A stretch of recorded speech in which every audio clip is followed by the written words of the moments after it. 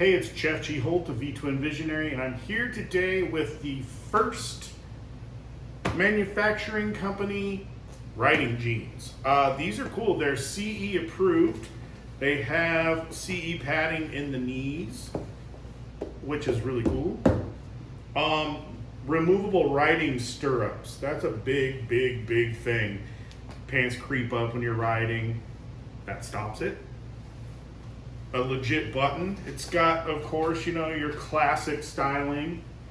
They are stretch denim, and they do have full Kevlar lining where you need it. These things are really comfortable. I got them in my size. Size run pretty true to what I would say a 501 would be from Levi's. But the inner liner is actually really cooling once you start getting a little warm.